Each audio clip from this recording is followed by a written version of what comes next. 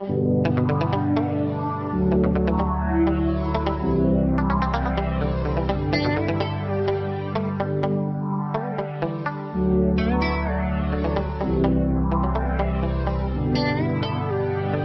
te dire ce que je ressens?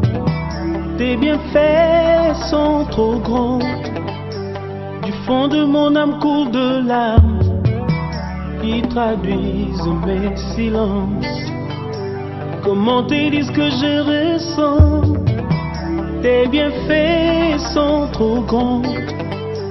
Du fond de mon âme coule de larmes qui traduisent mes silences. Bonsoir. Que ma vie soit une fleur, un parfum pour toi, Seigneur. Que ma vie soit une fleur, un parfum de bonne odeur. Devant toi je me réponds, fais de moi ce que tu voudras. Devant toi je me réponds, fais de moi ce que tu voudras. Père, nous te sommes reconnaissants pour ce que tu fais pour nous. Merci pour ta grâce, merci pour ta bienveillance, merci pour cette réunion. Merci pour nos vies, merci pour nos familles, merci pour ce que tu fais pour nous. Merci pour la respiration et merci pour la santé que tu nous accordes. Seigneur, quand le malheur nous arrive, nous ne comprenons pas très souvent ce à quoi tu nous appelles. Je prie au Dieu de gloire que tu nous en donnes l'explication pour chacun de nous. Je prie au Dieu de gloire pour les difficultés et les obstacles que traversent nos soeurs et frères, que tu leur donnes, Père de gloire, de surmonter avec ta force au nom de Jésus. Et je recommande au Dieu de gloire le cœur de chaque personne ici, notre âme et notre esprit entre tes mains. Que tout l'honneur, la gloire et la puissance te soient toujours à jamais donnés. Au nom du Seigneur Jésus-Christ. Amen. Veuillez donc vous saluer les uns les autres, les unes les autres, et rassurez-vous que vous connaissez le prénom de quelqu'un. Vous dites bonsoir, saluez-vous, saluez-vous. Et vérifiez que vous avez salué tout le monde dans la salle.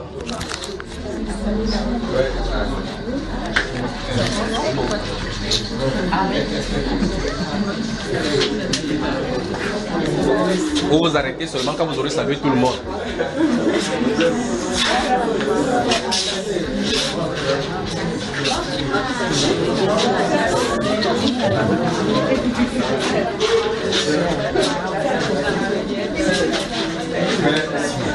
Ça va le frère? Ça va? Ça va le frère? Donc, savez-vous les uns les autres, les unes les autres? Moi, il vous a tous salué, non? Que Dieu bénisse, que Dieu bénisse. Il vous a salué, ça? Simon.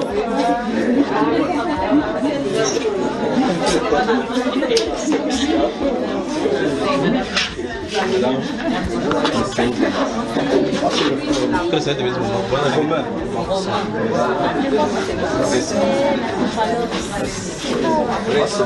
On s'est là salué, non? C'est comment? Bonne arrivée. Ça va? Tu as commencé quand? Hier. Ok, nous avons commencé. Tu as commencé le jeûne hier, ça finit quand? Vendredi. On se voit à la maison. Voilà, salut tes frères. Oh, le frère.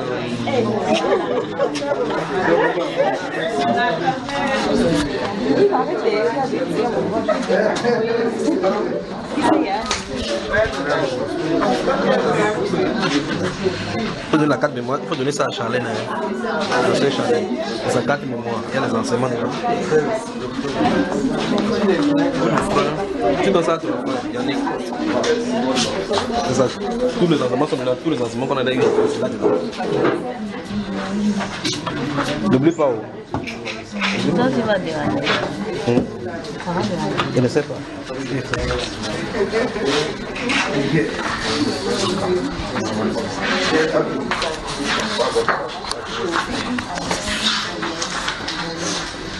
Vérifiez donc que vous avez le téléphone éteint pour que ça ne sonne pas lorsqu'on va commencer à travailler.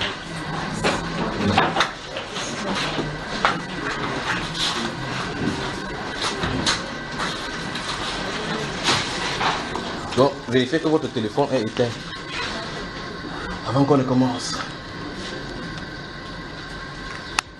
Si vous avez des questions, vous posez. Si vous avez des questions, vous posez. Comme ça, on travaille. Oui, mon cher. Quand vous voulez poser la question pour que toute l'assemblée puisse entendre. Oui. Bonsoir. Bonsoir. Je voulais connaître d'après la... Il a baissé la voix, non? Il a baissé la voix. Tu as peur de qui ici? Vas-y, parle comme moi. Tu voulais savoir? D'après la Bible, ce que la Bible parle de la calomnie. La calomnie. Bonne question. Autre question? Je veux une Bible, s'il vous plaît. Non, si tu prends ta Bible, tu ne vas pas pouvoir lire, non? Voilà, merci. Merci beaucoup. Ouvrez donc le livre des Colossiens, Colossiens chapitre 3.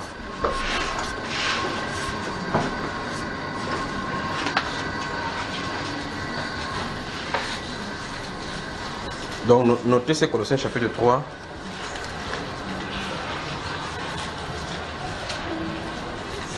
Dès que vous avez ouvert, vous gardez le doigt là-dessus. Bon, puisque vous en avez noté, notez aussi Éphésiens chapitre 4.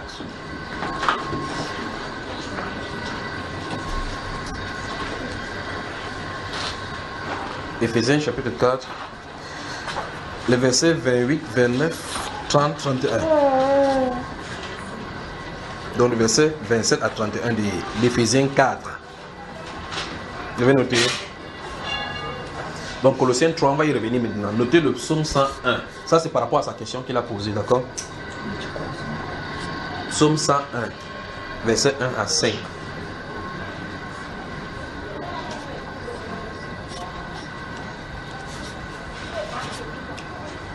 Voilà, Colossiens chapitre 3, qui va nous lire cela. Verset 5, qu'est-ce que ça dit? Verset 5 à 10, allons-y. Faites donc mourir les membres qui sont sur la terre, Oui. l'impudicité, l'impureté, les passions, les mauvais désirs et la cupidité qui est une idolâtrie. C'est à cause de ces choses que la colère de Dieu vient sur les fils de la rébellion, Oui. parmi lesquels vous marchiez autrefois lorsque vous viviez dans ces péchés. Maintenant, renoncez à toutes ces choses, Oui. à la colère, Oui. à l'animosité, Oui. à la méchanceté, Oui. à la calomnie. Stop. La Bible dit là qu'on renonce à la calomnie. Renoncer, qu'est-ce que ça veut dire renoncer? Abandonner. La question que le frère pose, c'est quoi vraiment d'après la Bible, c'est quoi la calomnie? Je vais d'abord vous montrer quelques passages où on en parle. C'est plein. C'est plein seulement dans la Bible. Alors, voyageons d'abord, allons dans le psaume 101 dont j'ai donné là.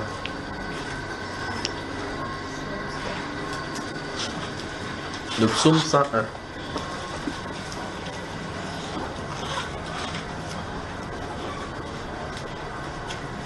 On y va. Allons-y mon cher. Psaume 101.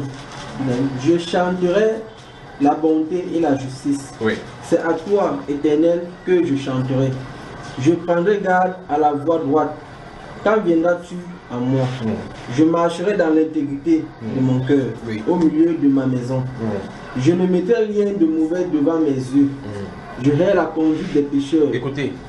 Elle ne s'attachera point à moi. Oui. Le cœur pervers s'éloignera de moi. Oui. Je ne veux pas connaître le méchant. Oui. Celui qui calomnie en secret son prochain, je l'anéantirai. Stop. Vous avez suivi ce qu'il a dit là? Celui qui fait quoi? En secret. Qui? Déjà, avec ce qu'on a de voir dans le livre de Colossiens chapitre 3, on a dit clairement que qu'on doit renoncer, abandonner, se débarrasser de la calomnie. Si on doit se débarrasser de la calomnie, ça suppose qu'il y a une mauvaise chose. C'est une mauvaise gangrène qui se retrouve dans notre comportement ou bien dans notre être. D'accord? Ici, le Saint-Esprit dit qu'il va s'atteler à anéantir ceux qui calomnient en secret leurs frères. Vous remarquez que on a commencé dans le Nouveau Testament sous la grâce. Et là, sous la grâce, le Saint-Esprit a dit que renoncer aux moyens, de cette façon que vous aviez de vivre, mauvaise façon que vous avez à vivre d'après votre vie passée. Qu'on renonce à cela, ça doit nous quitter.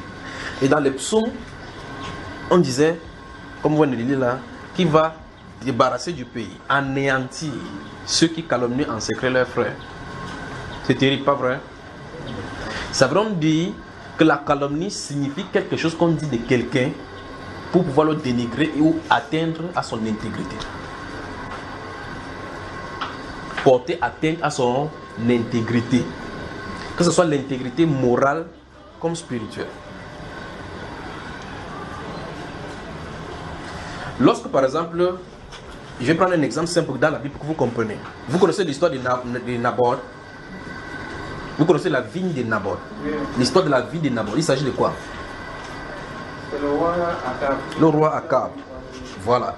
Donc c'est un roi qui a vu un terrain bien fertile, qui voulait faire un jardin.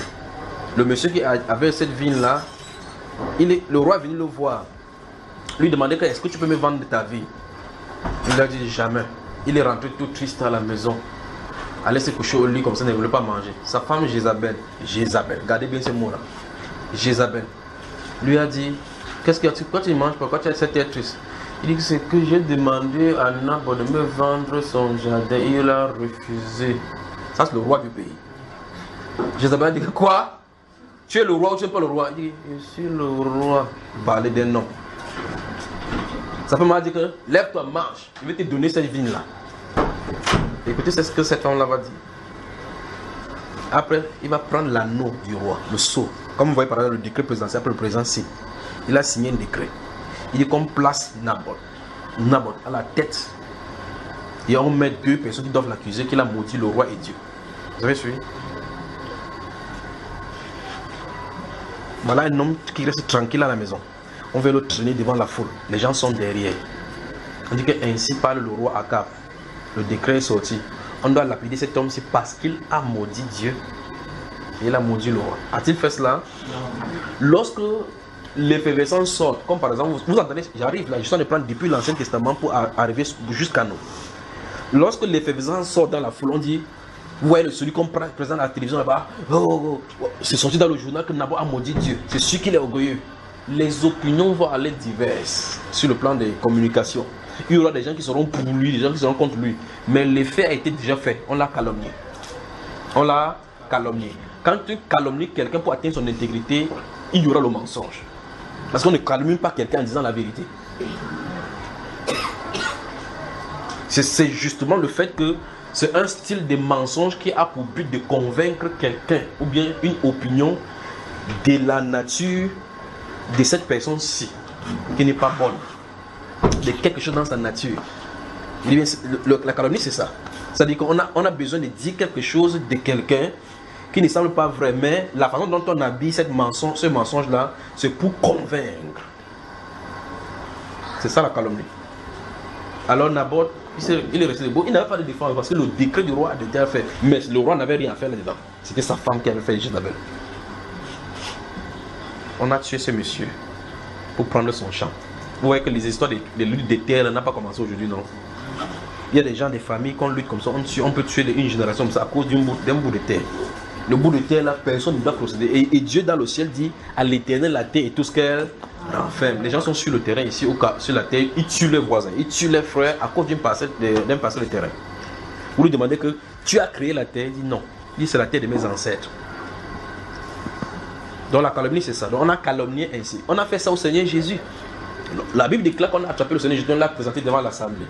On dit que les témoignages contre lui ne concordaient pas. On a trouvé deux qui sont venus. Nous l'avons entendu dire que je puis détruire ce temple-ci et le rebâtir en 3 jours. Vous lisez Jean chapitre 2, c'est pas ce qu'il a dit.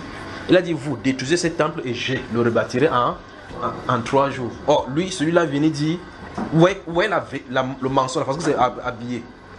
Jésus, si vous lisez Jean chapitre 2, le verset 20, 19, 20 et 21, la Bible déclare, le Seigneur Jésus leur a dit, détruisez. Il a dit détruisez, donc vous détruisez ce temple et je le rebâtirai en 3 jours. La Bible déclare là-bas que eux, les Juifs répondirent, il a fallu 46 ans pour bâtir ce temple et en 3 jours tu le bâtirais. Le Saint-Esprit explique qu'il parlait du temple de son corps. Donc Jésus voulait leur dire, tuez-moi, même si vous parlez de tuer, après 3 jours je vais sortir de... Mais le jour qu'on devait le condamner, ils sont venus dire qu'il a dit qu'il va détruire ce temple et il va le rebâtir en 3 jours. Les gens disent, comme ça, Donc tu veux nous montrer que tu es un grand architecte, que tu peux construire, tu peux faire la maison sur de la terre. Il n'avait jamais dit ça. Mais quand il dit ça, Jésus est debout en train de le regarder droit dans les yeux. Le gars manque parce qu'il respire. Après il sort, il rentre à la maison, il dort avec sa femme. Après il va aller au temple prier Dieu, que Dieu de miséricorde, tu es le Dieu des cieux. Nous calomnions et nous prions Dieu, pas vrai? C'est pas ça, frère.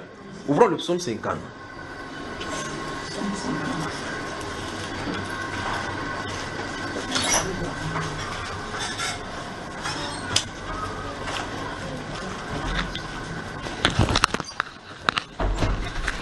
Que le Seigneur nous vienne vraiment en aide. Donc j'espère que pendant que je suis en train d'expliquer, vous allez le comprendre, n'est-ce pas? Souvent, on a commencé là où il y a la recommandation. Lorsqu'on va finir dans cette psaume, c'est qu'on va aller dans le Éphésiens 4 dont j'ai donné. Et puis, on va ressortir avec ce que le Saint-Esprit a dit qu'on fasse. Parce que le Saint-Esprit a dit là-bas que renoncer. D'accord? Il a dit renoncer. Donc, on doit se débarrasser. Là, il va falloir qu'on nous dise donc comment on fait pour se débarrasser. Le psaume 50, qu'est-ce que ça dit là? Regardez. Verset. Prenons à partir du verset 13. Ou bien. Verset 12 et à 23 du psaume 50. Écoutez ce que ça dit. Frère Donatien, ça va? C'est bien. Bon, on est arrivé. Allons-y, verset 12.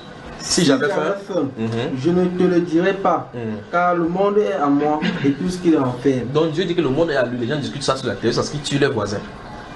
Est-ce que je mange la chair des taureaux? Est-ce que je bois le sang des boucs? Oui. Offre pour sacrifice à Dieu des actions de grâce et accomplis tes vœux envers le Très-Haut. Oui. Et invoque-moi au jour de la détresse, je te délivrerai. Et tu me glorifieras. Oui. Et Dieu dit aux méchants. Écoutez bien ce que Dieu va dire aux méchants. Et quoi? Quoi donc? Tu énumères mes lois. Donc il lit la Bible, n'est-ce pas? Et tu as mon alliance à la bouche. Où ça? C'est-à-dire quand tu connais n'importe quelle parole, il peut citer. Dieu a dit dans la Bible que Dieu a dit allez multipliez-vous. Il dit ça dans la bouche. Aux méchants. Oui, continuons. Toi qui hais les avis. Il hait les avis. Donc tu le prêches de la même Bible, il a dit que tu fous le camp. Que ça, c'est la tradition des Blancs. Les Blancs sont venus prendre notre culture. Mais quand il va boire, il te regarde, il dit que Jésus a transmis l'eau à... Il a pris ça où? Dans la même Bible qu'il dit que les Blancs ont... Il l'a inventé. Continue mon cher. Et qui jette mes paroles derrière toi. Derrière toi, il jette les paroles derrière. Si tu vois un voleur, tu te plais avec lui. Oui. Et ta part est avec les adultères. Oui. Tu livres ta bouche au mal. Oui. Et ta langue est un tissu de tromperie. Oui. Tu t'assieds et tu parles contre ton frère. Oui. Tu diffames le fils de ta mère. Donc la calomnie, c'est la diffamation. C'est ça. Tu t'assois. Tu pars en visite, tu portes tes pieds. Les femmes. Les femmes. C'est pour ça que la Bible déclare pour les femmes qu'elles apprennent à aller de maison à maison et à dire ce qu'on ne doit pas dire. Allez seulement dans un salon de coiffure où il y a des femmes. Vous vous asseyez seulement là-bas. Vous allez dire que yes, c'est comme ça qu'on nous déchire ici dehors. Il dit dans le salon de coiffure. Il ne sait pas ce qui ne va pas avec les femmes. Bon, les femmes, bonsoir à vous. Que Dieu vous bénisse. Il ne parle pas de toutes les femmes, d'accord? Quand vous voyez une femme s'asseoir dans le casque, une elle est en train de parler. Écoutez, quand vous parlez avec quelqu'un de quelqu'un d'autre, sachez que quand vous allez quitter là-bas, on va parler de vous. Vous savez, il y avait un garçon là-bas à l'Opom. Ça, cette fois, ce n'est pas les femmes, c'était 3 personnes qui étaient en train de parler. Et là, ça se trouve à milieu chrétien. Il y avait un pasteur, le pasteur assistant et un fidèle. Ils sont assis là, 3 comme ça, ils sont en train de parler. Ils parlent comme ça, ils déchirent. Ils viennent de finir le culte. Les fidèles sont en train de partir. Le pasteur dit, tu vois l'autre là qui est parti comme ça là. Elle sort avec la femme de telle ou telle personne. Elle fait comme ça. Et quand il finit de partir, le pasteur quitte pour aller dans la maison. L'autre assistant qui est là-bas dit que c'est le père qui divise l'église. Quand elle rentre, l'autre parle dit que celui-ci, depuis qu'il ici mange la scène, il ne range jamais les assiettes. Il crée trop de désordre ici. L'autre qui était là, il avait bien compris le système. C'est celui qui vient nous raconter. Il dit que quand il était là-bas, il ne voulait pas bouger. Parce qu'il savait que s'il bouge là-bas, on va pas. Et il a donné le nom. Il a dit que ça, qu'il a eu des frères juniors en train de faire le Congo, ça triangulaire. Donc dès que tu quittes la scène, on parle contre toi. Le plus grave, c'est que ce sont les membres d'une même assemblée. Et le pasteur est le chef des calomniateurs. Donc quand tu quittes la scène, dès que tu dis que quand tu décales, on a déjà parlé, avant de venir, tu vois le visage, tu vois que on t'a décrit là-bas comme la télévision. Tu t'assois, il a dit que je ne bouge pas ici. Parce qu'il sait que quand l'autre est quitté, ils ont parlé de lui. Quand l'autre est encore venu, l'autre aussi a parlé. Donc s'il quitte là-bas, on va parler. C'est comme ça. La Bible déclare que tu énumères les paroles. Toi qui hais les avis, tu jettes mes paroles derrière toi. Il dit que tu t'assois. Il dit ta part est avec les adultères. Et tes lèvres sont des tissus de mensonges, des tromperies. Tu t'assois et tu parles contre quoi? Tu diffames la calomnie. Voilà donc ce qui est écrit dans la Bible. Donc Éphésiens maintenant, livre d'Éphésiens, pour cette première question et puis on va continuer. Vous voyez, si ces questions ne se sont pas posées et qu'on y va en traitant les choses à leur racine, vous allez faire des choses et puis vous parlez à aller prier devant Dieu. Rien ne se passe. Les calomnies sont intimement liées avec les murmures. Les calomnies, c'est intimement lié avec les murmures. Intimement lié avec les haines. Prenez le temps seulement de lire les calomnies, c'est dont la Bible parle des calomnies dans le livre des Proverbes. Éphésiens, on va se pas devant là. À ce rythme-là, on va finir, je n'aurai pas trouvé. Donc c'est quelque part là, Éphésiens. Là. Chapitre 4.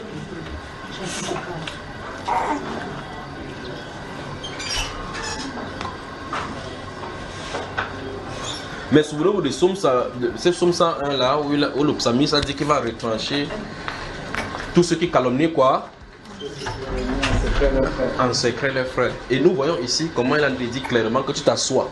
Et si vous continuez dans ces Psaume 50, vous allez voir effectivement comment Dieu va dire et que tu t'es assis, tu as fait toutes ces choses et tu croyais que je te ressemblais. C'est-à-dire, quand tu vas finir de faire ça, tu t'assois, tu dis que non, j'ai été créé à l'image de Dieu. Pointe quelqu'un à côté de toi. Dis Dieu n'est pas un calomniateur. La calomnie n'est pas de son image. Ce n'est pas de son attribut. Donc Dieu dit dans ces Psaume 50 là, en finissant là-bas, il dit quoi? Il dit, tu as fait ces choses-là et tu t'assois, tu crois que moi je te ressemblais. Donc Dieu ne ressemble pas à quelqu'un qui parle contre quelqu'un d'autre. D'accord frère? Quand il parle contre quelqu'un d'autre, c'est pour le vanter. Et quand il fait ça au chef calomniateur, Satan, qui accuse le frère chaque fois. As-tu vu mon serviteur Job? Oui. Il ne parle pas de mal de lui. D'accord? Il apprécie seulement. Oui, s'il y a des problèmes sur la terre et que je dis que je vais détruire la terre, s'il y a ces trois hommes-ci, ces trois sur la terre, ils vont sauver leur âme par leur justice. Vous voyez, il ne calomnie pas. Il apprécie ce que les hommes font. Mais quand quelqu'un, la calomnie n'a pas pour but de hausser le blason de quelqu'un. La calomnie a pour but de disgracer. Disgrace en anglais, c'est pas comment c'est la même chose en français, non? Dénigrer, voilà le mot. Donc quand la calomnie sort, c'est pour dénigrer une personne. C'est pour rabaisser la personne. C'est pour ça que vous allez travailler, servir quelque part. Vous faites votre travail au mieux de votre force, où tous les autres vont t'apprécier. Mais les gens qui sont là, jaloux, quand il y a n'importe quoi, on demande n'importe quoi de vous. C'est pour ça que si Dieu donnait le jugement de la terre à quelqu'un, il y a des gens qui vont se dire, toi, ta tête m'énervait depuis, c'est même mieux. Donc on te tue seulement. Il n'y aura pas de miséricorde. Vous voyez, dans votre lieu de service, on demande la prestation aux gens. Les gens qui souhaitaient votre mort, on va vous dire celle-là. Pour une fois, peut-être que tu es venu en retard, elle va penser qu'elle vient chaque jour en retard. L'amplification de cela, c'est pour faire quoi? Vous regardez très bien, une entreprise fonctionne parce qu'il y a un directeur quelque part, un sous-directeur, ainsi de suite, comme les structures sont données. Et il y a les mains d'œuvre de part et d'autre. Vous asseyez dans une entreprise ou bien dans un lieu de service, vous faites une tâche qui vous est allouée. Une autre personne fait une tâche qui lui est allouée. C'est la somme de votre tâche qui fait fonctionner l'entreprise. Mais quelqu'un est déjà jalousé. Si on paye ton argent, ça n'empêche pas qu'on paye son argent. Mais il veut aussi ta place, il faut que tu quittes là-bas. La calomnie est liée avec la jalousie. La calomnie est liée avec les murmures. La calomnie est liée avec les envies. Oui, je vais, frère. Amen. Verset 29 de Éphésiens chapitre 4, 29, 30, 31. On y va? Allons-y. Qu'il ne sorte de votre bouche aucune parole mauvaise. Vous avez entendu? Qu'il ne sorte de votre bouche aucune parole mauvaise. Qu'il ne sorte de votre bouche aucune parole mauvaise. Je vais vous raconter une histoire pendant qu'on en a parlé, là vous allez voir ce qu'il en est. J'ai ma petite fille là pour vous qui la connaissez. À un moment donné, elle est devenue turbulente. J'étais en train de travailler dans la Bible et puis elle ne fait que déranger. J'ai pris la chicotte, il dit que je vais te tuer dans la maison aussi. Vous avez entendu ça, frère? Qu'il veut te taper, comme tu as refusé de mourir à la naissance, il veut te tuer maintenant là. Vous savez, quand elle est née, elle était morte. Et puis le Seigneur l'a ramenée. Il dit ok, il veut te taper maintenant, tu vas mourir. Vous savez, le Saint-Esprit ne dit rien. J'ai dit comme ça, je suis parti, non, je vais me laver. Le Saint-Esprit dit viens. Il me tient à la douche. Il dit qu'est-ce que tu as dit de cet enfant? Il dit il veut la tuer. Vous savez ce que le Saint-Esprit a fait, frère? Il m'a dit j'ai prescrit dans les Saintes Écritures de la taper, mais pas désirer sa mort. C'est là où le verset m'est revenu, qu'effectivement c'est écrit dans la Bible ainsi. Pourtant j'ai dit plutôt, je vais te taper, vous pouvez dire des choses tout simplement sans vous en rendre compte. Il dit, je suis en train de me laver, je vais dire, qu'est-ce que tu as dit à cet enfant-là, de cet enfant tout à l'heure? Il dit, il va te taper, il va la tuer. Elle dérange. Il dit, toi tu ne déranges pas aussi. Ce sont mes petites choses que je vous dis. Donc, vous pouvez dire de votre bouche quelque chose sans vous en rendre compte que vous en avez combien de problèmes. Oh, tu as dit comme ça, tu as quitté là-dessus. Il dit, mais je suis en train de me laver, le Saint-Esprit vient. Je suis dans la douche seul. Il s'est présenté. Il dit, qu'est-ce que tu as dit de cet enfant? Il dit, il veut la tuer. Voici, il a dit, j'ai dit de la frapper, mais ne pas désirer sa mort. Je suis sorti, quand je suis sorti, je faisais les câlins à l'enfant, il ne comprend pas pourquoi il t'a fait le câlin. Il dit, viens Madeleine, viens, la cour, papa t'aime, tu ne peux pas mourir. Hein. Ouais. Mais personne ne savait. Personne ne savait ce qui s'est passé à la douche. Personne ne savait ce qui s'est passé à la douche. Or, la Bible déclare ici, il dit qu'il ne sort de votre bouche aucune parole mauvaise. Mais s'il y a lieu, allons-y. Mais s'il y a lieu, quelques bonnes paroles qui servent à l'édification et communiquent une grâce à ceux qui l'entendent. Voilà ce que les chrétiens doivent faire. Okay, on va te pousser à bout. Les gens vont t'énerver. Ne dis pas que non, là tu as débordé le vase. Il n'y a pas de vase à déborder. D'accord, frère? Il n'y a pas de vase à déborder. Voilà c'est pourquoi notre cœur doit être entretenu par la parole. Si vous fautez et que votre cœur est aiguisé, votre homme intérieur est aiguisé, le Saint-Esprit va vous reprendre là. Il va vous reprendre. Qu'il ne sorte de votre bouche aucune parole mauvaise, mais s'il y a lieu quelques bonnes paroles. Quand quelqu'un va te dire que ta tête, tu es en train de dire que le Seigneur te bénisse. Il va dire que fou, quand tu as lavé le cerveau, il dit que Dieu te bénisse, mon cher soeur. Et laisse les bénédictions qui te comblent. Là, vous allez comprendre vraiment qu'il a dit que non, celui-là, évitez-le. Celle-là, elle est entrée dans les sectes. Mais, pourtant, il y a des situations où, normalement, l'être humain doit réagir. Vous voyez? C'est-à-dire qu'on vous marche dessus. On vous marche dessus au point où vous sentez quelque chose monter en vous. Si cette chose monte en vous, au point où vous dites... Si vous faites ça, il vous faut la délivrance. Il essaie de vous indiquer des choses, des problèmes que nous traversons. Si vous arrivez au niveau où, quand ça ne va pas, vous faites le coup de poing pour taper au mur. C'est que le mur là représente la tête de la personne là. C'est ça la chose qui fait que quand vous tapez sur quelqu'un, vous tapez, qu'est-ce que j'ai fait? Parce que la Bible déclare que si tu presses la colère, tu dois devoir en revenir. D'accord? Et ici, on dit que si vous mettez en colère, ne péchez point. Parce que la colère implique le péché. Si vous n'êtes pas sur la colère contrôlée par le Saint-Esprit, si ce n'est pas Dieu qui vous anime de sa colère, si vous vous fâchez, vous ne pouvez pas contrôler. Alors tu vas faire toi avant de dire que qu'est-ce que j'ai fait? Que non, c'était la sanctification, je voulais seulement te... Donc ne faisons pas cela, d'accord? Ceci implique automatiquement le travail sur le cœur. Regardez quand le Seigneur Jésus-Christ dit dans Matthieu chapitre 5 au verset 8, il dit heureux ceux qui ont le cœur pur. Qu'entendez-vous par cœur pur? Et comment l'obtenir? Il y a du travail. Heureux ceux qui ont le cœur pur. Puis on dit car ils verront Dieu. Quelqu'un lit cela, il colle dans sa Bible, on prêche en citant, il répète, comme dans Psaume 104, comme l'a lu là, et puis il s'assoit, il regarde quelqu'un comme ça, il dit mon frère il t'aime, et il a la haine sur le cœur. Cette personne se verra Dieu, frère, pointe quelqu'un. Il dit veille sur ton cœur. Ôte toute racine de ce qui peut te créer des troubles. Voilà. Donc le travail que nous devons faire en tant que chrétiens, c'est dans le cœur. Et le Saint-Esprit nous dit dans Colossiens, où nous avons commencé à lire tout à l'heure, verset 3, par verset 5 et suivant, il dit quoi? Il dit renoncer au mensonge. Renoncer. Et que chacun parle selon la vérité à son prochain. Vous étant dépouillé de vieil homme et de ses œuvres. Que l'animosité, aucune calomnie. Ils ne sont même pas mentionnés. La calomnie. Je suis en train de m'inciter sur calomnie parce que c'est la question qu'il a posée. J'aurais souhaité parler de ces choses-là, différentes épines.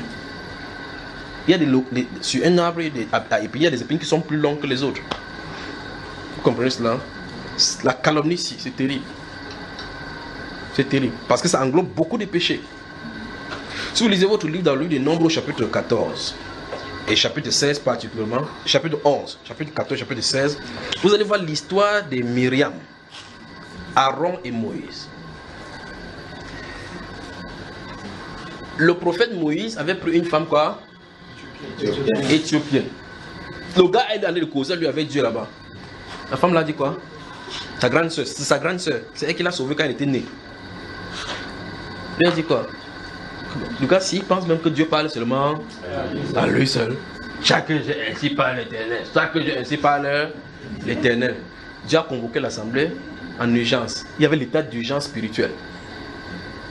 Il s'est tenu là-bas, il est descendu dans le camp. Il a dit, écoutez très attentivement. Quand il y aura un prophète parmi vous, ce n'est pas des songes et des visions qui viennent parler. Mais ce n'est pas la même chose avec Moïse. Donc Moïse est à part. Pourquoi n'avez-vous pas craint de parler contre mon serviteur? Quand on parlait, Moïse était là.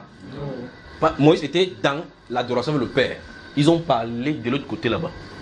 Ça n'a pas empêché que Dieu voie. Dieu n'est pas que quelqu'un qui va te concentrer. C'est pendant que vous faites le bruit là-bas, il n'entend pas. Moïse, si Dieu ne parlait pas cette affaire, c'est que l'histoire des Congos, ça devait rester entre qui? Aaron et sa soeur. Dieu les a convoqués là-bas. C'est là où Moïse comprend que par derrière, on a fait le Congo ça triangulaire sur lui. Vous savez ce qu'il a déclaré? La lèpre. Tu as envoyé la lèpre. Mais vous devez lire, quand vous lisez ces passages, vous devez vous poser la question, pourquoi la lèpre est venue sur Myriam et ça n'a pas touché Aaron? Vous avez médité là-dessus? On n'a pas encore réfléchi, réfléchissez maintenant. C'est pas ce qui crée la Bible, frère. Allons-y. Non.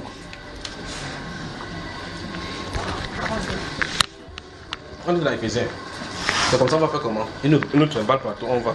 On met le doigt là-bas, on va y revenir. Bien venir au milieu de nous, d'accord? Moïse. Quelqu'un te calomnie, les lèvres vont venir sur nous, tu comprends, non? Même si quelqu'un dit que tu viens seulement là comme ça, quand on prêche, tu attends seulement qu'il y a la bouillie. Tu comprends, hein? Voilà, on va voir.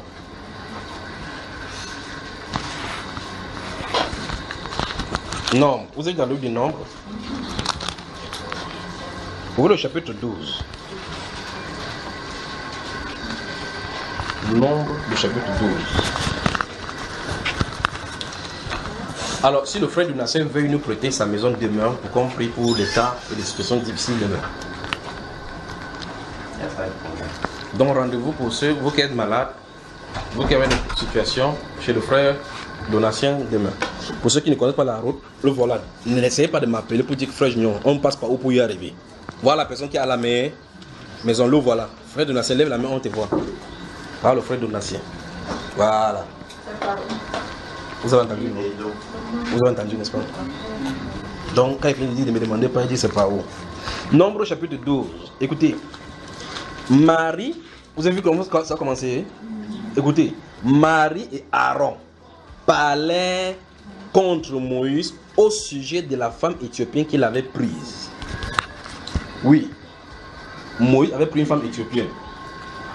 Quel est ton problème là-dedans? Ça a dérangé Dieu? Ça a empêché que Dieu lui parle? Dieu est venu dans l'assemblée dire que Moïse a échoué sa mission. Il est en train de prêcher que vous ne devez pas vous mélanger. Lui-même il a pris une femme. Dieu a dit ça. Il part. Ça devient maintenant l'objet de conversation. Faites attention. Si quelqu'un vient vers vous, voilà donc nous sommes touchés maintenant la sortie de comment arrêter la calomnie. Si quelqu'un vient vers vous, il s'assied. Bonjour Marco, tu dis bonjour ma soeur. Ça va? La chose ici, c'est comme pour aimer. Tu dis que laisse aimer. Aimer n'est pas coordonné. C'est comme ça que ça commence. Ta chaussure là est comme pour aimer. Ce n'est pas elle qui t'a donné ça par hasard. Maman. Quand ça commence comme ça, arrêtez ça rapidement. Ne permettez pas que quelqu'un vienne vous parler de quelqu'un d'autre si cette personne n'est pas là. Et si quelqu'un le fait, pour pouvoir aider cette personne à quitter la calomnie, dites ok, patient, je vais appeler la personne, tu dis cela en sa présence. Vous réglez le problème. Vous avez suivi? Amen. Voilà. Parce que quand tu vas s'unir, quand tu vas dire A à B, quand A va aller vers B, dit que tu as dit quoi? Qui t'a dit ça? Il dit c'est C. Tu viens chez C, il dit que qui? Moi, j'ai seulement dit que voilà, donc commence à aller A et commence B. Ce sont les lettres de la famille familiale qui sont ordonnées, chacun à sa place depuis. On ne doit pas se déranger. Donc la Bible déclare que Marie et Aaron parlaient contre Moïse. Regardez bien, on dit parlaient contre Moïse. Ici, c'est encore très grave parce qu'il s'agit de 3 personnes d'une même famille, même père, même mère. Donc, l'histoire de calomnie n'a pas de limite. Si dans la famille propre, une grande soeur qui a sauvé son fils, son petit frère, lorsqu'il était petit, elle pouvait pousser ça dans le caïman, là-bas, dire caïman, il y a un enfant dans la marche. Pas vrai?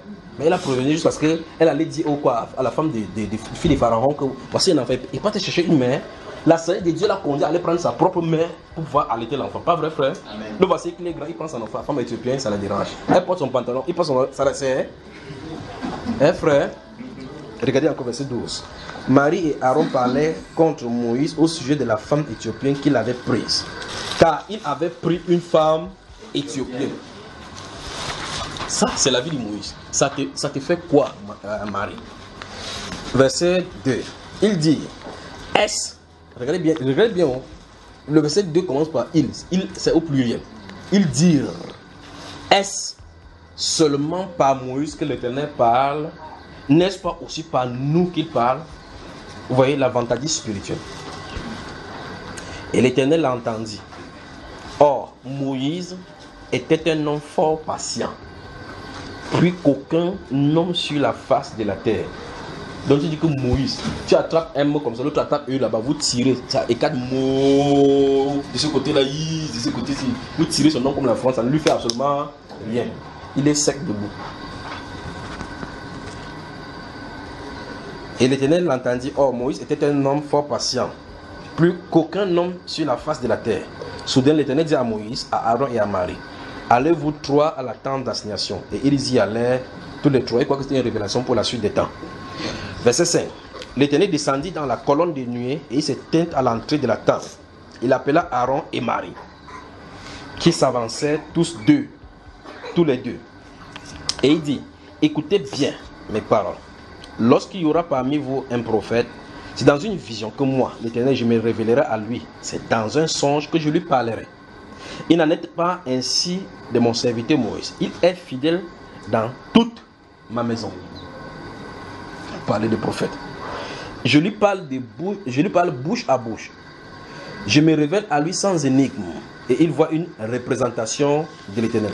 Pourquoi donc n'avez-vous pas craint de parler contre mon serviteur, contre Moïse? Pourquoi n'avez-vous pas craint? Vous avez vu ça? Hein? Donc celui qui craint le Seigneur ne doit pas parler contre son frère. Amen. En fait, la Bible va même plutôt en donnant l'instruction de couvrir les fautes des autres. C'est ce que la Bible nous enseigne. Si quelqu'un est fautif, il ne faut pas publier ses fautes au dehors. Vous me suivez, frère? Amen. C'est l'attitude du Seigneur. Si vous lisez dans ce même livre de Nombres, à partir du chapitre 22, il y a un monsieur Balak qui va venir prendre Balaam, le prophète, de venir maudire Israël. Il donne les offrandes qu'il faut pour provoquer des malédictions sur Israël. Maintenant, si vous lisez depuis nous sommes au chapitre 22, 23, 24, 25 du livre de Nombres. Vous lisez au chapitre 11, comme venez de lire là, les gens vont murmurer sur le cas de Moïse.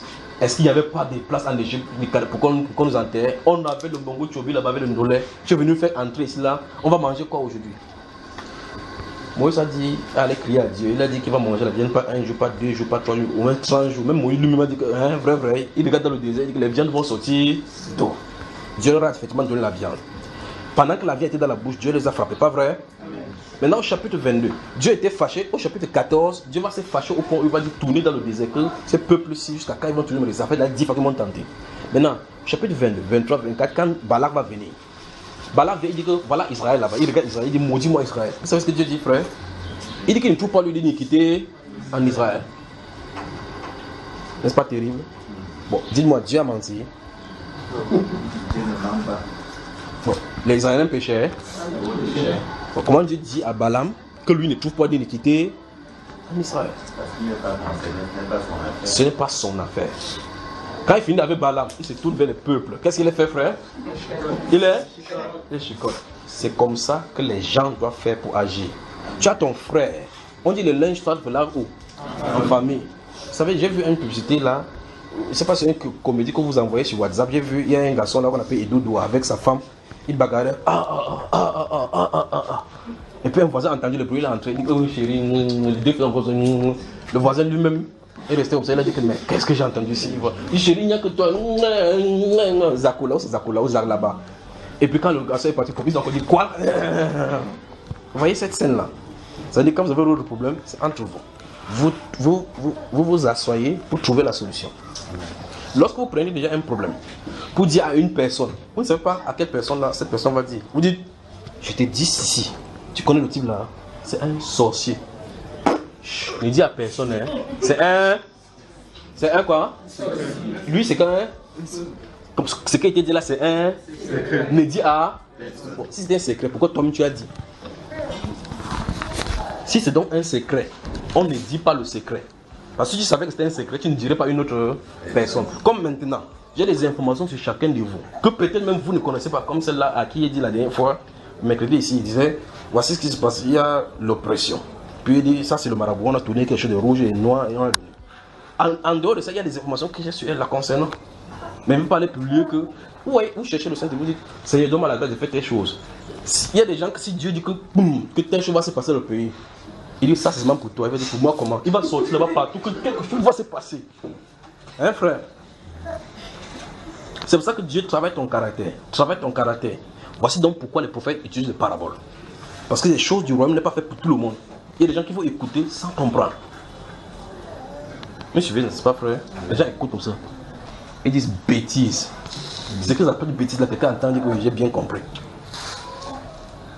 Alors un prophète vient vers toi. Il prend son propre habit, il déchire, il te donne 10 pas. 10 pas. Qu'est-ce que l'habit a à voir avec le royaume? Parce qu'on te revête de la majesté de domination. Voilà ce que ça symbolise. Vous me suivez mes frères? Alors, lorsque quelqu'un vient vers vous, il dit c'est un secret. Tu dis c'est un secret, garde pour toi. Ne me dis pas. Non, il veut seulement te dire qu'il faut que tu saches que il ne veut pas savoir.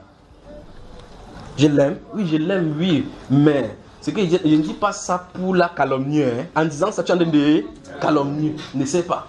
Si tu ne veux pas dire quelque chose, il faut seulement poser la question à la personne. Ce que tu vas dire là, c'est pour la hausser, c'est pour la féliciter. Il dit non, c'est qu'il m'énerve. Vous voyez que là, c'était pas pour la féliciter, pas vrai? Donc ne dites jamais rien, ne faites jamais cela. Parce que la Bible déclare qu'on va vous juger selon la mesure que vous serez servi. On va verser dans votre coupe et votre coupe va déborder. Parce que si vous dites quelque chose à quelqu'un, vous attendez, en allant là-bas, on a dit de toi que tu es homosexuel. Il dit qui moi? Qui a dit ça? Dis-moi, comment ça va le don? Je vais lui montrer de quel bois j'aimais. Tu fais même les verser l'eau sur ton bois. Parce que ce que tu fais à quelqu'un là, Jésus a dit que c'est la loi des prophètes, c'est que fais à ton prochain ce que tu aimeras qu'on te fasse. Parce que comme tu dis le nom de quelqu'un, on dit aussi ta part, il ne faut pas te fâcher. Mais on ne doit pas rester au niveau de calomnie. Tu me calomnies, je te calomnie. Non. Le Seigneur dit au milieu de nous, ça doit disparaître. Amen. Vous comprenez? Amen. Continuons sur l'histoire des nombres ici. Regardez.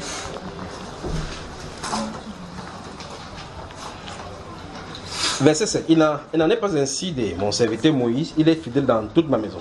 Je lui parle bouche à bouche et je me révèle à lui sans énigme et il voit une représentation de l'Éternel. Pourquoi donc n'avez-vous pas craint de parler contre mon serviteur, contre Moïse? La colère de l'Éternel s'enflamma contre eux. Contre eux.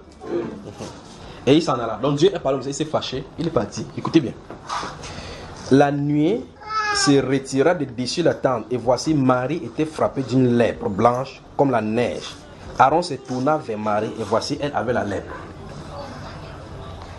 Vous avez vu ça frère? Dieu s'était fâché contre qui?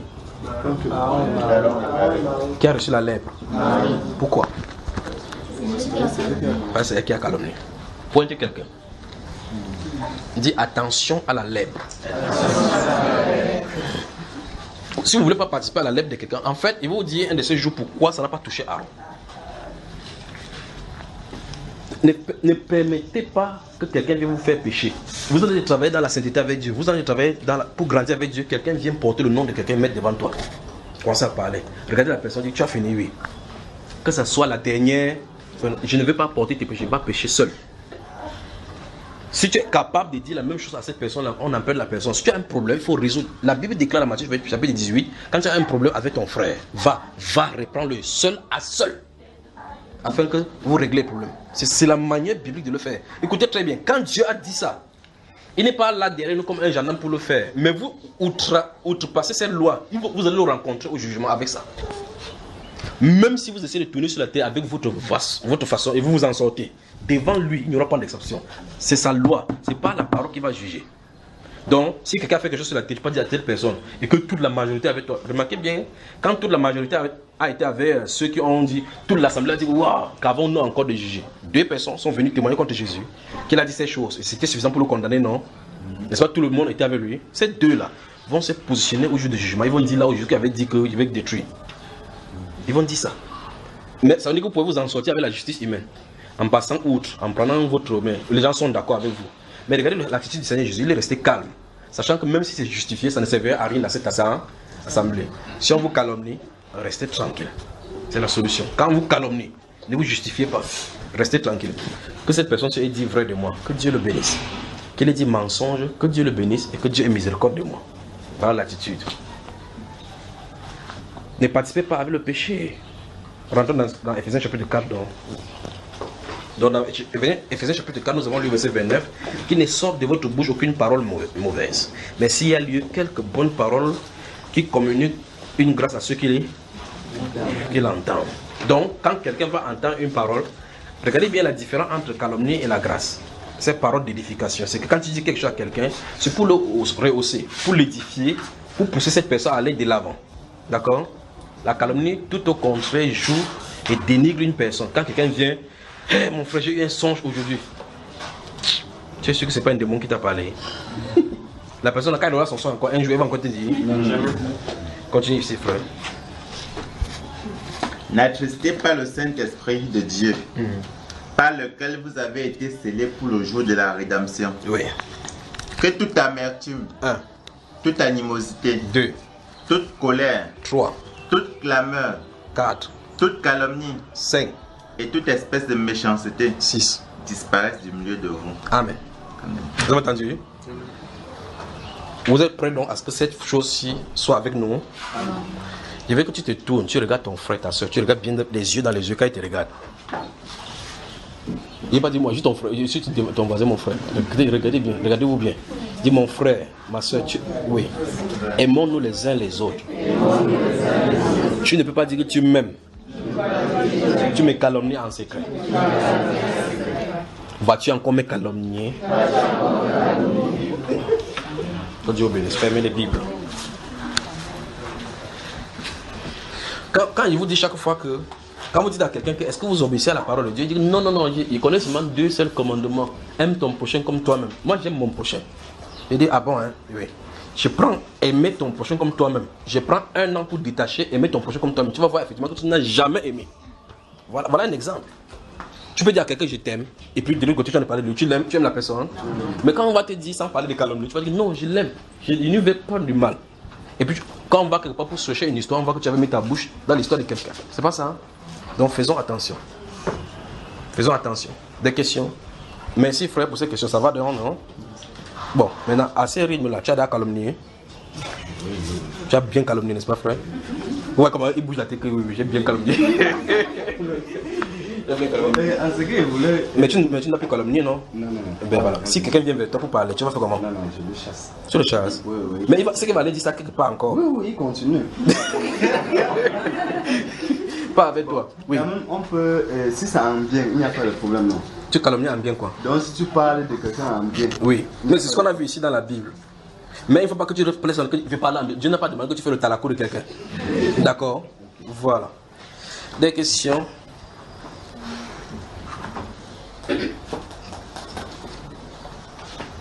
Avez-vous des questions, frère? J'ai déjà remis ta clé, d'accord? Si vous avez des questions, vous parlez.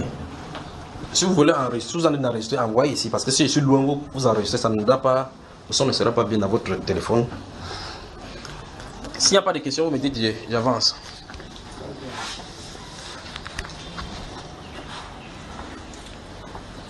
J'ai une question. Oui. Quand on parle des personnes qui disent avoir la foi sans les œuvres. Oui.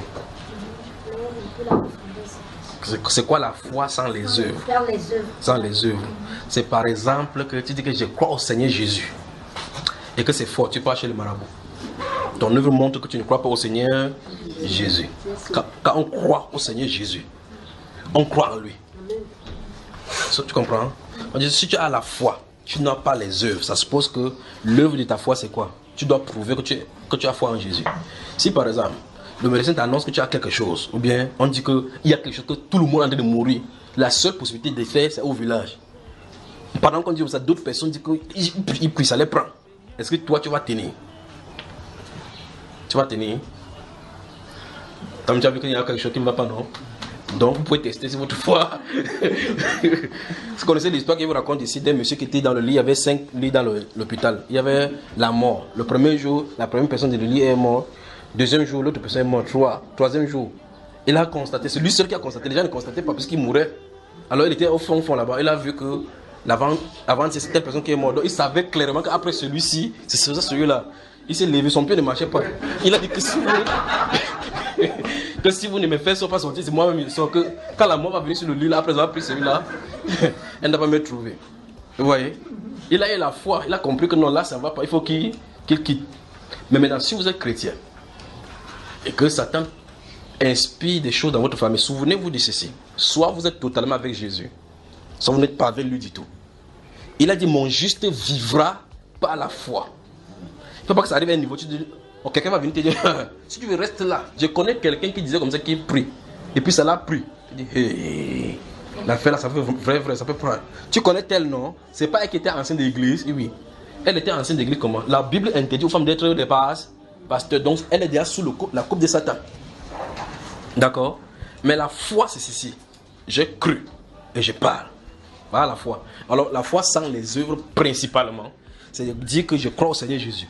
Quand les moments difficiles arrivent, tu prends une autre tournure. Parce que c'est dans les moments difficiles que la foi est testée et validée. Et souvenez-vous, vous ne savez pas que quand le moment difficile va venir, bam, Jésus va réagir. Il se pourrait qu'il te laisse que ta foi soit éprouvée jusqu'à la fin. Vous savez ça? Il peut même permettre que tu meurs. Parce que, en dernier lieu, vous dites, il y a des gens, je connais des cas. Il s'assoit comme ça, on dit que voici le remède traditionnel, je ne vois pas. Quand il dit il ne voit pas, son corps tremble encore davantage. Quand vous sortez, le remède traditionnel le prêche. Il guette comme ça là, le corps guette. Et puis les voix commencent. Si tu ne vois pas, tu vas mourir. Après tu vas te... Seigneur Jésus, c'est toi qui as créé le plan. Vous voyez cela? Vous allez être restauré. Vous allez être restauré physiquement. Mais vous êtes coupé à la source sans vous en rendre compte. Vous connaissez l'histoire de la main de Shadrach et Meshach, non? C'est bien de prêcher dessus. C'est bien de parler. Leur part était l'adoration d'une statuette. La confrontation de leur foi était l'objet de leur confrontation, de leur test, était au sujet de la statuette. Ils étaient 3. Tout le monde, dit la Bible, s'est prosterné. N'est-ce pas? Ça suppose que les sacrificateurs qui lisaient la Bible, ce sont ceux qui enseignaient la Bible aux gens, ce sont... Ils ont dit que la Bible dit dans Exode 20 que tu ne te prosterneras pas. Mais Dieu va comprendre que c'est un cas urgent. Pas vrai? On a dit, au son de la trompette, si quelqu'un ne se prosterne pas, les gars, le feu n'était pas loin. Le feu était là. Tu ne fais pas d'envoi là-dedans, tu brûles comme le bon gars. Quand on a fait pour, les gens sont prosternés. Le père dans le gosse bleu, il dit, hé, baisse-toi. Baisse-toi. Il dit, papa, il ne me prosterne pas. Parce qu'on dit, tout le monde sait. Mais l'enfant, si tu es en train d'un secteur ou quoi, on va te tuer. Baisse-toi. Et les papas, ils ne me prosternent pas. Frère, vous devez croire, avoir la foi de cette croyance. On a allé dire à Nebuchadnezzar qu'il y a des gens que tu as employés là-bas, ils ne font aucun cas de tes dieux. Il dit quoi? Il lui a amené les ici devant. On croit qu'en amenant devant le roi physiquement, ça voulait changer la situation. Il dit que est-ce des propos délibérés que vous faites ou bien peut-être on ne nous a pas bien enseigné que quand on fait bien vous blossez. Il dit écoute bien. Toi, vis éternellement. Notre Dieu que nous servons, il est capable de nous délivrer de tes mains. Là, quand il parle, Dieu n'est pas physiquement là. Parce que la foi, c'est au-delà de ce qu'on voit. Le Dieu là n'est pas physiquement là. Ce qui est physiquement là, ce sont les armes. Ce qui est physiquement là, c'est le feu. Ce qui est physiquement là, c'est qu'ils sont dans le territoire ennemi. Donc tout était en leur défaveur. Le roi dit que allez Salomon. Oh, poupou. Tout le monde s'est encore prosterné. Le père dit que je vous t'avais dit, prosterne-toi. Quand les gens qui prêchent la Bible au moment de la foi se prosternent, vous pensez que quel est le résultat dans les cieux? Le lendemain, quand ils vont aller à la synagogue, on dit que le Dieu d'Abraham, le Dieu d'Isaac avait fendu la main, non? Avait fendu la main. Ça, la Bible devient pour eux de l'histoire. La parole de Dieu, c'est la parole vécue au quotidien. Ce n'est pas une parole pour raconter les histoires. Quand vous écoutez une parole, vous devez être éprouvé à ces paroles-là. La parole de Dieu est éprouvée. Vous comprenez cela? Amen. Il a dit que nous n'existons pas dessus. Et même si notre Dieu, c'est la plus grande des paroles de la Bible ici, même si notre Dieu ne nous délivre pas de tes mains, vous voyez cela? Ça veut dire qu'ils sont allés jusqu'au sacrifice suprême. C'est-à-dire qu'ils préfèrent mourir que de mettre juste leurs genoux au sol devant une image. Ça, c'est pour eux. Pour eux, c'était l'image. Alors, quotidiennement, pour vous, devant quoi vous prosternez-vous au détriment de la parole de Dieu? Toute chose qui confondent votre foi et donc vous tombez en faisant ce qui est contre cette parole-là, vous venez vous prosterner devant le statut de Nebuchadnezzar. Et donc, votre œuvre ne suit pas votre foi. C'est de ça dont il est question. Parce que quand vous lisez l'histoire de Nebuchadnezzar, l'histoire de Abed-Nego, chacun a ça chaque jour. Parce que c'est la parole de foi qui doit les éprouver. Alors chaque fois que nous passons, chaque jour que nous passons, après avoir écouté la parole, vous lisez la Bible, vous devez confronter ça dans la société. Vous êtes dans une situation où on va dire, madame, vous devez payer, c'est-à-dire la corruption, pour passer. Si vous ne le faites pas, tout le monde va passer sauf toi. Ça fait quoi, non? Il faut comment donne seulement 500. Seulement 500. Sur le plan spirituel, ce n'est pas le problème de 500. C'est le problème que tu attribues la gloire que tu dis professer à un royaume satanique. Tu fais les œuvres de Satan. On va revenir sur cela, les œuvres diaboliques. Vous voyez cela? En faisant cela, tu professes de ta bouche que je vis dans la vérité. Mais dans la pratique, tu vis autre chose. Tu t'es prosterné devant Nebuchadnezzar, devant sa statue. Donc, la foi sans les œuvres, c'est un sujet que chacun doit vérifier. Est-ce que je vis la foi dans la foi en prouvant? Tu dois prouver. Parce que dans ce livre de Jacques, chapitre 2, il a parlé d'une preuve de ce que nous aimons le Seigneur, de ce que nous avons cru. D'accord? Il dit, si quelqu'un dit qu'il a la foi et qu'il n'a pas les œuvres, cette foi peut-elle la sauver? Parce que si vous faites la corruption, vous vous en sortez dans une des épreuves. Un de ces jours, vous allez avoir besoin d'appeler l'objet de votre foi, le Seigneur Jésus. Il ne pourra pas venir parce que vous ne tenez pas bien. Or, il pouvait intervenir pour le cas de Nebuchadnezzar. Il pouvait intervenir pour le cas de Daniel dans la fosse au lion. Parce qu'il avait eu confiance. Au point où le roi lui-même a dit, Daniel, puisse ton Dieu, le roi ne pouvait pas le délivrer. Daniel, puisse ton Dieu que tu sais quoi? Avec t'es délivré. Frère, s'il avait dit comme ça et que Daniel jouait double vie, les lions devaient faire quoi? Les lions ne devaient pas savoir si ton cerveau a la science dedans. Si tu as le doctorat, le lion s'en fout de ton doctorat. En tout cas, si tu as mis ça dans la poche, il déchire avec ça. Mais la foi, c'est un bouclier. Bouclier. Alors il a envoyé l'ange là-bas, ferme la gueule des lions. Il s'est tenu là au milieu des lions. Pas vrai, frère? Parce qu'il a eu confiance au Seigneur. Sa confiance, c'est pas que j'ai confiance à toi. Il ne s'agit pas de faire des coups de poing comme ça qu'on le prend. Il faut que j'ai pris. Ça, je parle la foi, ma foi, je déchire le ciel, déchire. Quand tu ouvres les yeux, tu vas voir que les cieux ne sont pas déchirés. La foi, c'est vie et c'est pratique. Alors confrontez donc votre croyance avec la façon de vivre. Si on vous annonce quelque chose qui est mauvaise ou bien qui semble contraire à ce que vous devez expecter. Je crois que nous avons parlé ici de la foi hybride, bien de la correction de notre foi, c'est ça, non? Donc imaginez, dans ce jour-là, il vous disait que vous avez une chose que vous allez faire selon la volonté de Dieu. Vous dites, Seigneur, par ta Bible, je vois dans ta Bible que Josué, dans Josué chapitre 10, verset 13, il a prié que le soleil arrête-toi sur Gabon. Le soleil s'est arrêté sur Gabon. L'autre a prié, Élie a prié, il a fermé le soleil, la pluie, que la pluie ne tombe pas au nom de Jésus. Et puis tu sors, tu finis t'habiller comme ça là, tu guettes dehors, tu regardes comme ça, c'est noir. Tu prends ton parapluie, tu pars. Qu'est-ce que tu viens de faire, frère? Quand tu prends ton parapluie, tu passes. Le parapluie, on te dit quoi? Qu'on essaie. On peut faire comme ça que Dieu n'a pas écouté ma prière. Pourtant, la Bible déclare que nous savons auprès de lui cette assurance que si nous demandons quelque chose selon ça, il nous écoute. Et si nous écoute, nous posons là. Mais parce que toi, tu veux voir si la pluie s'est arrêtée. Et puis pour sortir. Or, si tu finissais de faire comme ça, comme c'était noir, ça devient brillant. Tu vas dire que merci Seigneur. Parce que tu as vu. Mais comme le soleil, le Nimbus Columbus est encore la noire, on ne sait jamais. On ne sait jamais. Parce qu'on ne peut pas voir au-delà de ce qui se passe. N'est-ce pas mes frères? Pas voir. Quand Dieu a dit quelque chose et que vous savez que c'est vrai, vivez tout simplement. Vous qui avez été ici, je crois que j'ai raconté ça plusieurs fois à l'Opom, quand je suis encore à l'Opom, nous étions là-bas en plein air. On avait déposé la nourriture de la Pâque comme ça, pas vrai? Il est en train de prêcher. Et nous sommes en plein avril là. Et il a plu comme c'est noir. On est en plein air. Et puis dans la chambre, il est en train de prier, le Saint-Esprit dit, descends, il ne pleuvra pas. Vous devez croire entre Dieu et la météo. Entre Dieu et la météo et la réalité que vous voyez. Les gens sont assis. Frère Bodo, tu étais là, hein? Qui était ici? Qui était là? Et toi, tu étais là. Ok, vous étiez là. On s'assied comme ça là. Pendant que je prêche, en fait, personne parmi eux ne sait pas ce qui se passe dans la chambre pendant que tu es en train de prier. J'ai ma Bible devant moi. Je parle, je vois que je constate que les regards qui sont sur moi, c'est pour interroger que frère, tu ne vois pas ce qui est.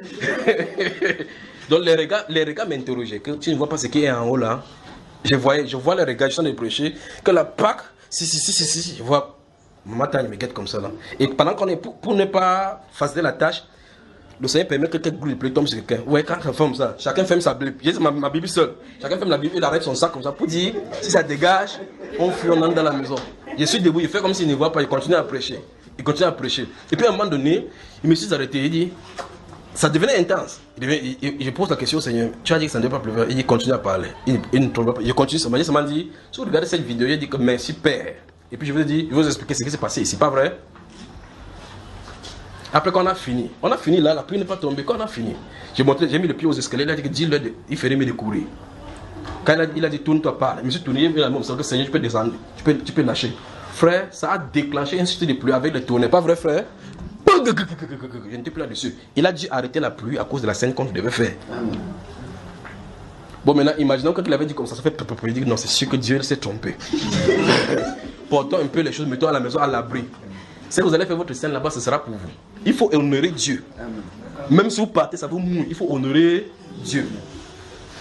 Il faut honorer. Quand l'apôtre Pierre a dit, Seigneur, si c'est toi, fais que je vienne. Il a dit, viens. L'apôtre Pierre a réfléchi. Quand il a mis le pied sur l'eau, il n'a pas marché, frère. Il a quand même fait 2 pas avant que l'humanité l'a rattrapé. Il a quand même mis au moins quelques pas. Il n'a pas dit, Seigneur, il y a une planche là où tu marches. L'eau là est devenue solide. Il a posé la question là, frère. Est-ce que c'est normal que tu mets le pied dans le liquide, tu commences à marcher sur le liquide? Donc c'est pas normal. Alors, c'est cette folie qu'avait l'apôtre Pierre de sortir du bateau. Il dit bien, c'est cette folie qu'avait l'apôtre Pierre de sortir du bateau. C'est comme ça qu'il faut marcher avec le Seigneur. Parce que la foi croit aux choses invisibles, impossibles, incroyables, les exploits. C'est comme ça. N'essayez pas de mettre le paracétamol à côté. Que Seigneur, je prie sur ces médicaments que tu me guéris au travers de cela. Ne lui dites pas le don de guérison du médicament. N'essayez pas ça, ça ne marche pas comme ça. Vous savez, il y a des gens qui disent que c'est un papa, quand j'étais à l'université, il tente de me poser des questions. Ils sont dans un groupe qui ne croit pas à la guérison divine. Il dit, ok, est-ce qu'aujourd'hui, s'il y a quelqu'un à la maladie, est-ce qu'on peut prier la personne guérie? Il dit que si j'ai ma maladie, j'achète le médicament, je prie dessus. Il dit, tu pries qui? Il dit Dieu.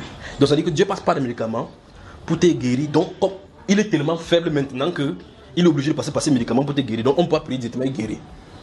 Vous savez, mais il a fallu que ça, une semaine pour qu'il me réponde. Il est allé sur une feuille, son pasteur lui a répondu, il a noté comme ça là. Il est venu me lire. J'ai eu pitié de tout ce qu'on peut faire. Quelqu'un lit sa Bible, le Seigneur Jésus dit que voici, je vais te donner le pouvoir de marcher sur les serpents. Il voit ça. Il peut demander à son pasteur que c'est encore valable aujourd'hui. Donc, quand Jésus avait dit ça, il avait donné à son pasteur qui disait. Vous voyez ce que je dit, n'est-ce pas? Alors cette personne, si se tient devant vous, vous dites, tu crois au Seigneur Jésus? Il dit oui, il croit. Comment tu sais que tu crois au Seigneur Jésus? Parce que là, tu n'as jamais vu Jésus que physiquement. Ce n'est que dans la Bible. Il a dit, voici les miracles qui accompagnent à ceux qui auront cru. Tu as cru? Il dit oui. Tu peux prier pour quelqu'un guéri? Il dit non. Ce n'est pas pour notre jour. Donc la croyance pour notre jour, pas l'autre aussi. Où est-ce qu'on en est, n'est-ce pas? La foi hybride.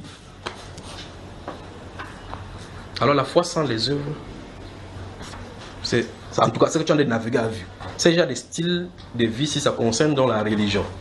Alors on va à l'église chaque jour, on essaie de lire la Bible, on prie, mais à l'intérieur, on ne peut pas être.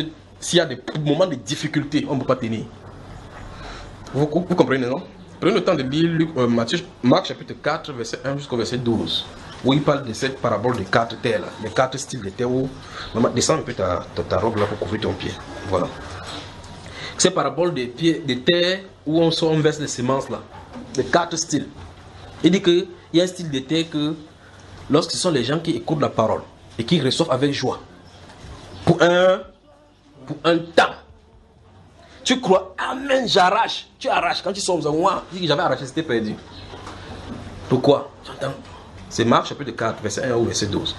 Et donc, il dit que les gens qui ont reçu sur les endroits pierreux, ce sont les personnes qui reçoivent la parole, mais qui la reçoivent un peu de temps. Il dit que les difficultés de la vie, les soucis étouffent cette parole. Ça ne peut pas porter de fruits. L'autre texte, c'est ils reçoivent d'abord avec joie, mais ils ne portent pas de fruits parce que lorsqu'ils s'y trouvent une tribulation, regardez bien ce que la Seigneur dit, une tribulation à cause de la parole qu'elle a entendue. La parole. Donc quand une parole vient s'entendre en toi, ça doit être testé. Il dit qu'il trouve une occasion de chute. Donc vous dites, la parole, je crois au Seigneur que ça fait 16 ans que je suis dans la foi. Quelles sont tes épreuves que tu as traversées? Vous allez à l'université, vous sortez sans diplôme, tu dis non, j'ai fait 4 ans à l'université. Tu peux faire 4 ans étant en première année. Vous savez ça, n'est-ce pas, frère? Il dit, tu peux faire 4 ans étant en première année. Vous finissez de fréquenter, tu payes l'argent des transports, tu payes tout. Le mois on va composer, tu dis que je suis malade, tu peux rester à la maison. On finit de composer, tu reviens encore à l'université. Tu as fait des épreuves, frère, mais tu es quand même à l'université. Les épreuves de la foi. Les épreuves de la foi, comme la Bible déclare dans Jacques, ça doit nous épurer pour nous perfectionner dans la marche du chrétien. D'accord? Amen. Des questions?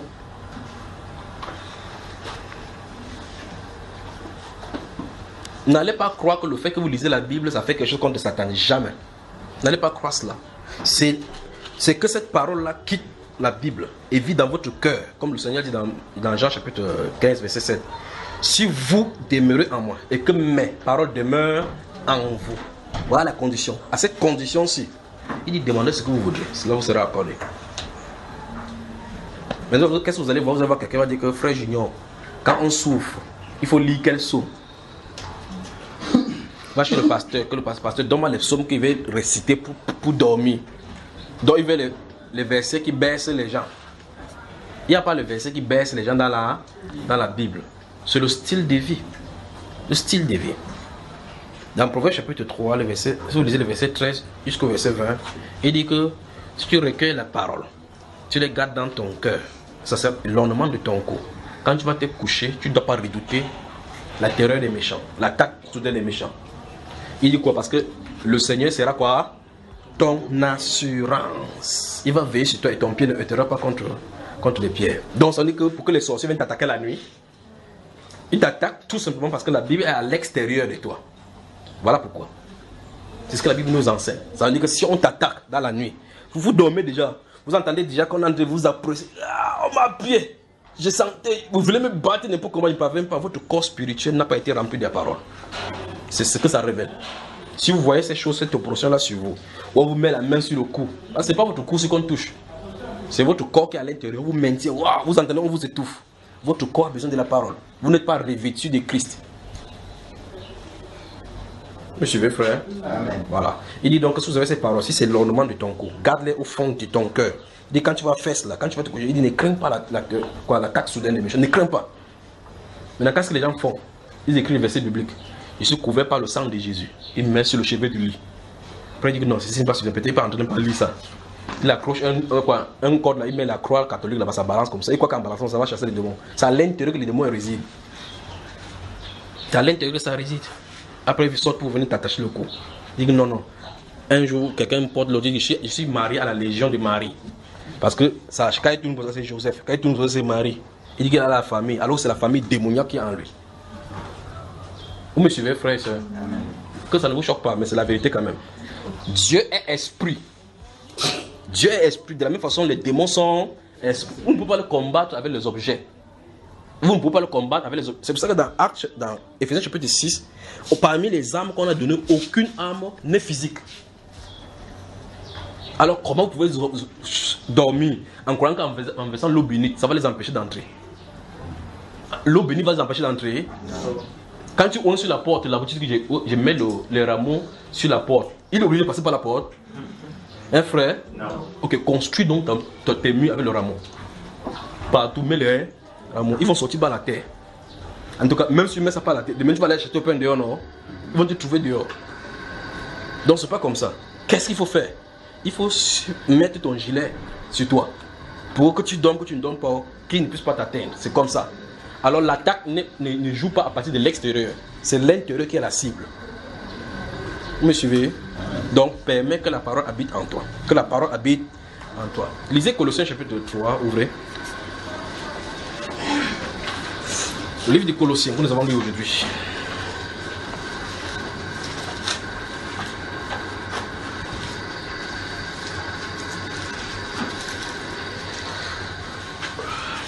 Donc demain 9h, n'est-ce pas? On se voit à 9h. 9h. Ceux qui ont des problèmes là. Vous qui venez de Bafoussam, ceux qui ont des problèmes de maladies là, 9h. Au sortir d'ici, vous prenez le numéro du frère là, vous qui ne connaissez pas son nom, vous qui ne connaissez pas sa maison, demandez. Il n'est pas demandé que tout le monde vienne. Il dit que ceux qui ont des problèmes, parce qu'il vous connaît. Vous allez sortir, allez porter tout le monde, m'amener là-bas. Voilà. Ok. J'ai dit Colossiens quoi déjà? Chapitre 3. Alors, verset 16, qu'est-ce que ça dit là, mon cher? Verset 16. Allons-y. Que la parole de Christ habite parmi vous abondamment. Oui.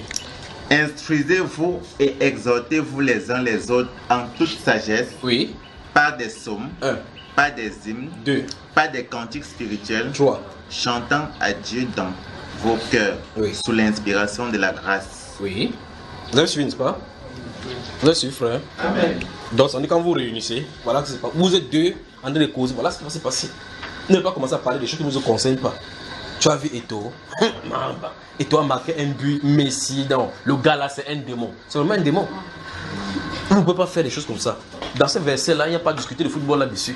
Or, la Bible dit plutôt dans ce livre de 2 Timothée là-bas qu'on évite les discussions folles.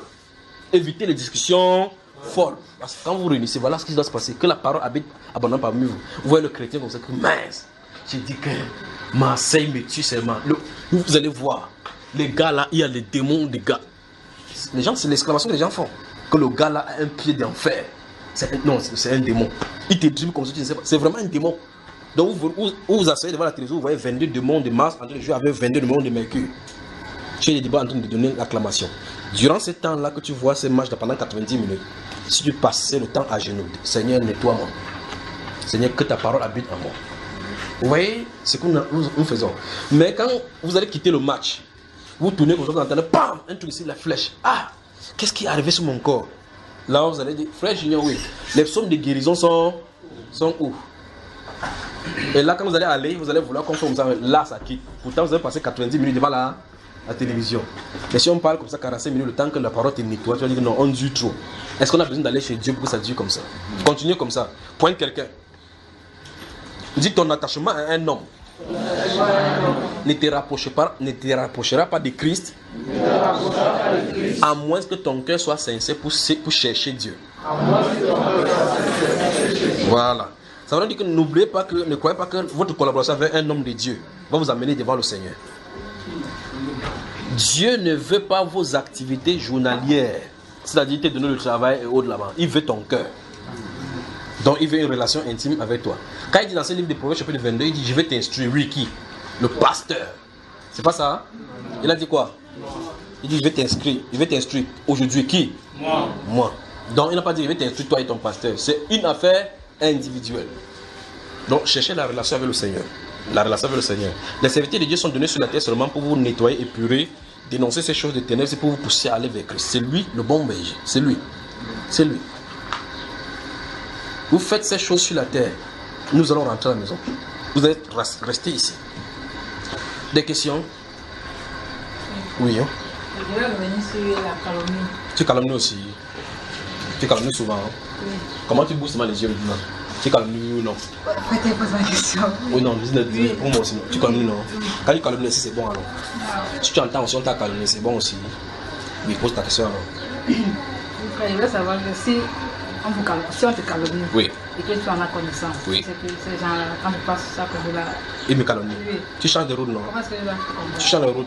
C'est pas ça, hein? Oui. Je demande comment te comporter avec ces gens-là. Mais tu continues ta route. C'est ce que je viens de dire. Jésus était dans la fosse. Si vous lisez Jean chapitre 7, à partir du verset 7. Tu leur parles plus. Il te parle, tu leur parles. C'est ce que je veux dire là maintenant. Donc Jésus, notre Seigneur, est monté au temple à la fête, si vous lisez Jean chapitre 7, même ses propres disciples, ses propres frères les croyants parlent.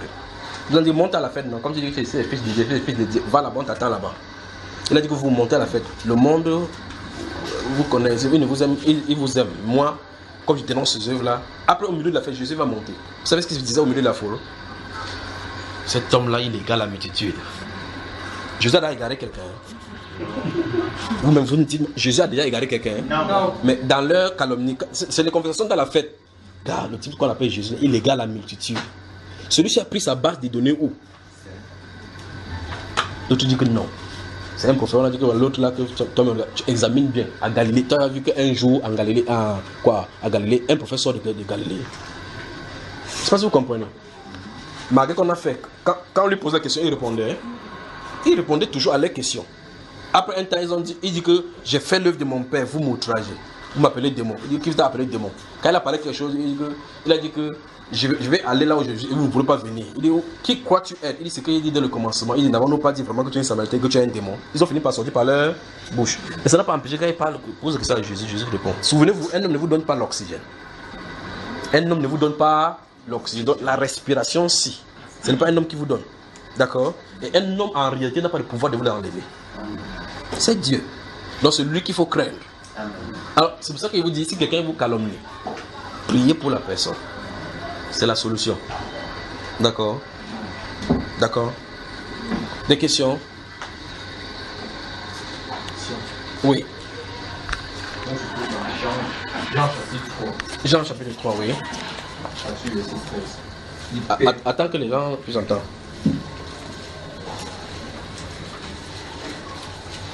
C'est l'histoire des questions de divinité de Jésus et au-delà. Prenons depuis. Verset 13. Personne n'est jamais n'est monté au ciel. Oui. C'est né celui qui est descendu du ciel. Oui. C'est le Fils de l'homme qui est dans le ciel. Question. Il demande, l'homme ici est mis pour qui? Non, ce n'est pas l'homme qui est mis là-bas. Regarde ce qu'il écrit. Le Fils de l'homme. Tu ne peux pas séparer fils de l'homme, parce que c'est une appellation. C'est fils de l'homme. Maintenant, pose ta question. Tu vois que tu as la réponse, non? Des questions? Tu as des questions, mon cher? Oui. Psaume 126, Oui. le verset 6. Oui. Le psaume 126, verset 6.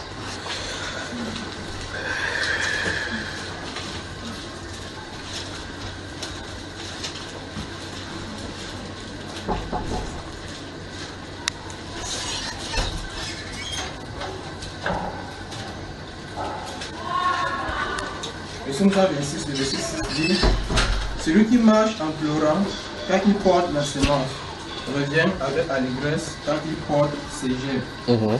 Je me comprends. C'est-à-dire que tu as un épi de maïs. Tu as faim. Et deux choses l'une, soit tu grilles ça, tu manges. Tu es en train de me suivre? Regarde-moi bien. Tu as l'épi de maïs. Et à la famille. Tu as deux choses à faire. Soit tu mets ça à terre, ça se multiplie, tu patientes. Ça va te faire pleurer du fait que la semence est partie.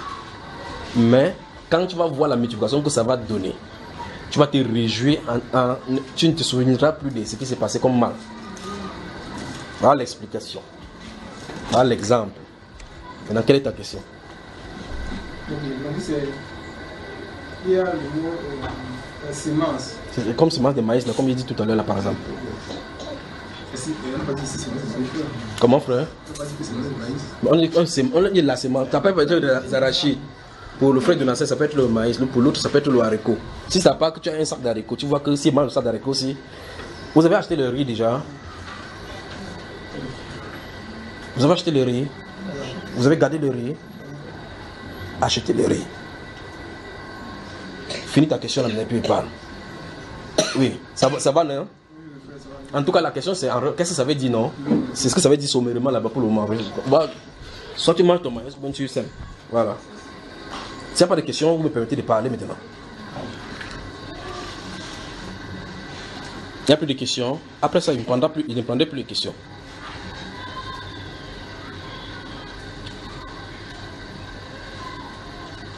Oui. S'il n'y a pas de questions, je vais vous poser une question maintenant. Oui. Dans le Somme 68, Somme 68, oui. verset 12 dit, le Seigneur, Dis une parole. Et les messagers des bonnes nouvelles sont nombreux. les messagers. Oui, les messagers des bonnes nouvelles, oui. Je voudrais savoir quels sont les messagers. Tu étais la semaine dernière. Hein? Tu étais ici la semaine dernière. N'est-ce pas de ça dont on a parlé ici la semaine? Voilà, donc pointe-le. Dis qu'il faut venir à l'église. Donc on dit ça, hein, frère. Il faut venir à l'assemblée.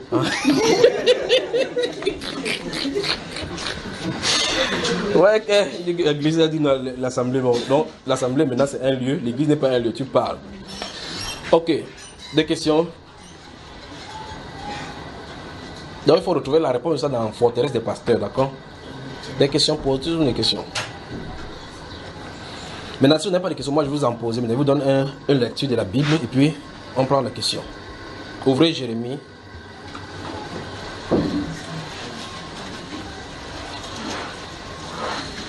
Vous êtes dans le livre du Psaume là, vous allez seulement devant rapidement.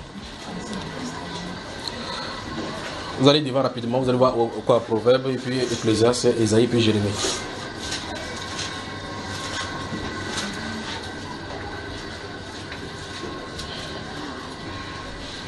Le chapitre 7.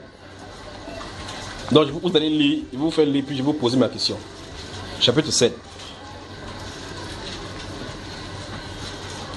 Chapitre 7 de Jérémie. On finit cela, on prend une pause de 2 minutes, puis je vous parle. Verset 21, qu'est-ce que ça dit mon cher? Ainsi parle l'Éternel des armées, le Dieu d'Israël. Ajoutez vos holocaustes à vos sacrifices et mangez-en la chair. Oui. Car je n'ai point parlé avec vos pères. Oui. Et je ne leur ai donné aucun ordre. Oui. Le jour où je les ai fait sortir du pays d'Égypte. Oui. Au sujet des holocaustes et des sacrifices. Oui. Mais voici l'ordre que je leur ai donné. Stop. Donc d'après ce qu'on a lu là-bas, Dieu dit clairement qu'il n'a jamais parlé des offrandes, d'offrir des sacrifices. C'est ce qui est écrit dans Jérémie. Il veut qu'on me réponde qui parlait donc dans Genèse, Exode, Deutéronome, Lévitique, Nombre. Voilà ma question. Donc vous cherchez, fermez les Bibles. On prend une pause et puis on revient.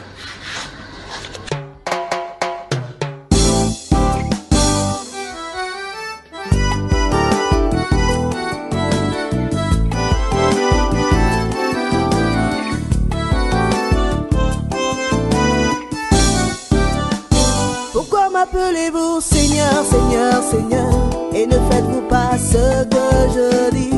Pourquoi m'appelez-vous Seigneur, Seigneur, Seigneur, et ne faites-vous pas ce que je dis? Celui qui m'aime garde mes commandements.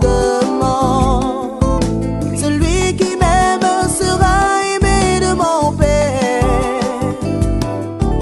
Celui qui m'aime garde mes commandements. Celui qui m'aime sera aimé de mon Père. Soyez violents afin d'entrer dans mon royaume. Soyez violents afin que je vous accueille. Soyez violents pour le royaume des cieux. Soyez violents pour le royaume. Soyez violents pour le royaume des cieux. Soyez violents pour le royaume.